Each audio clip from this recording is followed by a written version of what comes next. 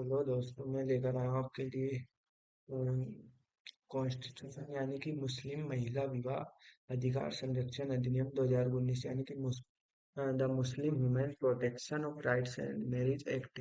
इसके अंदर 3 पॉइंट बताएंगे। इनके अंदर प्रारंभिक यानी कि आईटीएल तलाक को शून्य और अवैध घोषित करना, यानी कि declaring divorce void and illegal.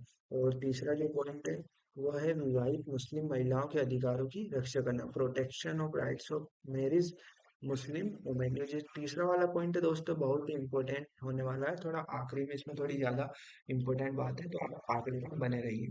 तो जो फर्स्ट वाला है इसके अंदर जो इसमें धारा 1 है, यानी कि धारा इसमें बताया गया है कि संक्षिप्त विवरण और जो इसका फर्स्ट सब क्लॉज है इसमें इस अधिनियम को मुस्लिम महिला विवाह पर अधिकारों का संरक्षण अधिनियम 2019 कहा जाता है। यानी कि इसकी जो धारा 1 है उसमें इसे अधिनियम 2019 कहा जाता है। इसका विस्तार जम्मू और कश्मीर को छोड़कर पूरे भारत पर होगा।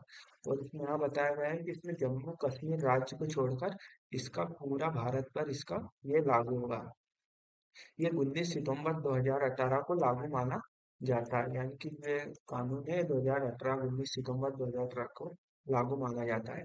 और इसकी परिभाषा है जो धारा 2 में बताई गई है, यानी कि धारा 2 यानी कि सेक्शन इसमें बताई गई है इस अध्ययन। और इसमें जो इसका फर्स्ट है इसमें ये इलेक्ट्रॉनिक फर्म है, यानी कि इलेक्ट्रॉनिक फर्म मतलब कोई भी उपकरण, यानी कि मोबाइल मोबाइल ऐसा जो सूचना प्रौद्योगिकी अधिनियम 2002 का 21 की धारा 2 की उपधारा 1 के खंड आर में बताया गया है।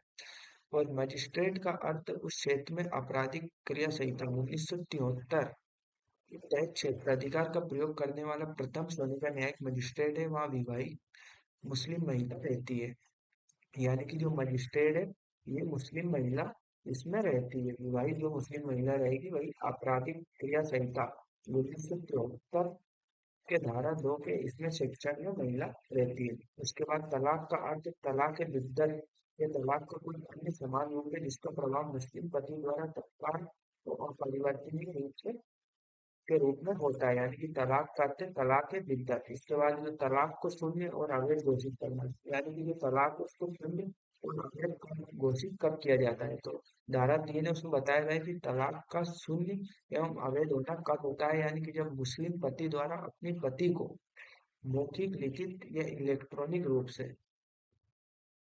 इलेक्ट्रॉनिक रूप में किसी भी अन्य तरीके से तलाक कोई भी घोषणा शून्य और अवैध होने होगी। यानी कि जो मुस्लिम पति रहता है वो अपनी पत्नी को बोलकर लिखकर या फोन लगाकर ऐसे बोल देगा कि तलाक तलाक तलाक, तो वहाँ अवैध माना जाएगा, उसे तलाक की श्रेणी में नहीं रखा जाएगा।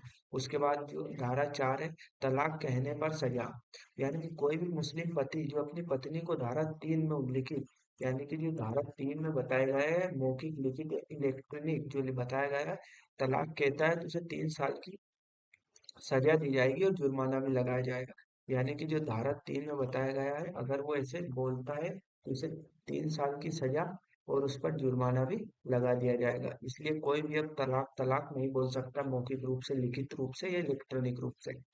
और विवाहित मुस्लिम महिलाओं के अधिकार की सुरक्षा, यानी कि जो धारा 5 है उसमें निर्वाह भत्ता, यानी कि जो महिलाएं रहती हैं उनको भत्ता कैसे मिलता है, तो मौजूदा समय में लागू किसी भी अन्य कानून में निहित प्रावधानों की व्यापकता पर प्रतिकूल प्रभाव डाले बिना एक विवाहित मुस्लिम महिला जिसे तलाक दिया जाता है अपने पति से अपने और आश्रित बच्चों के लिए निर्वाह भत्ते की इतनी राशि प्राप्त करने की हकदार होगी। समय में किसी भी अन्य कानून में निहित प्रावधानों की व्यापकता पर प्रतिकूल प्रभाव डाले बिना एक विवाहित मुस्लिम महिला जिसे तलाक दिया गया है अपने पति से अपने आश्रित और बच्चों के लिए निर्वाह भत्ते की राशि प्राप्त कर सकती है। यानी कि जिस मुस्लिम महिला को तलाक दिया गया है वो अपने पति से अपने बच्चों और अपने बच्चों के आश्रित के लिए भरण पोषण के लिए दावा कर सकती है, और जितना मजिस्ट्रेट को निर्धारित राशि करेगा उतनी उसे देनी पड़ेगी। और धारा 6 यानी कि अवयस्क बच्चों का की अभिरक्षा, फिलहाल लागू किसी भी अन्य कानून में किसी बात के बावजूद एक विवाहित मुस्लिम महिला अपने पति द्वारा तलाक की घोषणा की स्थिति में मजिस्ट्रेट द्वारा निर्धारित तरीके से अपने नाबालिग बच्चे की हिरासत की हकदार होगी। यानी कि जो नाबालिग बच्चा होगा उसमें मजिस्ट्रेट द्वारा निर्धारित अ, उसमें अपने बच्चे को वो हिरासत या हकदार ले सकती है। वो धारा 7 यानी कि अपराध का संचय समझौते योग्य आदि होना। दंड प्रक्रिया संहिता 1973 में किसी बात के होते हुए भी जो ए बताया गया है, इस अधिनियम के तहत दंडनीय अपराध संयोग होगा यदि अपराध के घटित होने से संबंधित जानकारी विवाहित मुस्लिम महिला जिसे तलाक दिया गया है, यानी कि जिस महिला को तलाक दिया गया है, उससे संबंधित किसी व्यक्ति द्वारा पुलिस स्टेशन के प्रभारी को दी जाती है, तो रक्त या विवाह यानी कि उसमें से उसी के परिवार का वो हो सकता है। और इस अधिनियम के तहत दंडनीय अपराध विवाहित मुस्लिम महिला जिसे तलाक दिया गया है या उसके रक्त या विवाह से संबंधित किसी भी व्यक्ति के कहने पर समझौते योग्य होगा। मजिस्ट्रेट की अनुमति से ऐसे नियम और शर्तें पर जो वह निर्धारित कर सकता है सुनाया जाएगा। यानी कि जिस मुस्लिम महिला का तलाक हुआ है, वह अपने रक्त यानी कि अपने परिवार वालों से समझौते योग्य होगा, वो मजिस्ट्रेट की अनुमति से करेंगे। और इस अधिनियम के तहत दंडनीय अपराध के आरोपी किसी व्यक्ति को तब तक जमानत पर रिहा नहीं किया जाएगा जब तक कि मजिस्ट्रेट आरोपी द्वारा दायर एक आवेदन और विवाहित मुस्लिम महिला जिसे तलाक दिया गया हो या उसके खून से संबंधित किसी व्यक्ति को सुनने के बाद जमानत पर रिहा किया जाएगा। यानी कि जिस व्यक्ति को जमानत नहीं मिलेगी, यानी कि भारतीय दंड के अधिनियम आरोपी किसी भी व्यक्ति को जब तक जमानत पर रिहा नहीं किया जाएगा, यानी किसी भी व्यक्ति को जो अपराधी उसे जमानत पर रिहा नहीं किया जाएगा जब तक मजिस्ट्रेट आरोपी द्वारा दायर किया गया आवेदन और विवाहित मुस्लिम महिला जिसे तलाक दिया है या उसके खून से संबंधित किसी भी व्यक्ति को सुनने के बाद जमानत पर रिहा नहीं किया जाएगा। शादी सुनाया गया संतुष्ट है कि ऐसे व्यक्ति को जमानत देने के लिए उचित आधार है। और निरसन और बचत यानी कि मुस्लिम महिला द्वारा अध्यादेश 2019 को इसके द्वारा निरस्त किया गया था। इस तरह के निरसन के बावजूद मुस्लिम महिला विवाह पर अधिकारों का संरक्षण दूसरा अध्यादेश के तहत किया गया कुछ भी या कोई भी कार्यवाही इस प्रावधान के तहत की गई या की जानी जाएगी। और श्याम बानो बनाम भारतीय संघ राज्य AIR 2017 का केस है। ये लैंडमार्क जजमेंट है जो बहुत ही इम्पोर्टेंट केस है। इसने पूरे मुस्लिम कानून की नींव हिलाकर रख दी थी। इसमें ये जो था ये 22 अगस्त 2017 को सुप्रीम कोर्ट की 5 जजों की संविधान पीठ ने उपरोक्त मामले में एक ऐतिहासिक फैसला सुनाया।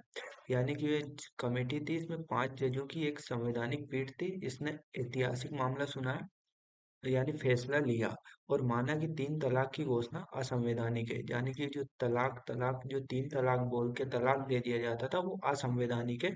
और संविधान के अनुच्छेद 22 यानी कि जो संविधान का अनुच्छेद है, कॉन्स्टिट्यूशन का अनुच्छेद 21 जीवन और व्यक्तिगत स्वतंत्रता का उल्लंघन है। इसमें माना श्यामो बनाम इस मामले में माना कि यहाँ जीवन और व्यक्तिगत स्वतंत्रता का उल्लंघन है। और सुप्रीम कोर्ट ने ऐसा माना कि टू थर्ड के मेजोरिटी या बहुमत से दर्ज की गई अलग अलग राय के मद्देनजर तलाक के बिद्दत यानी कि तलाक के बिद्दत ट्रिपल तलाक यानी कि 3 तलाक की प्रथा को खारिज कर दिया। और सुप्रीम कोर्ट ने यहाँ 3 तलाक की मामले को खारिज कर दिया।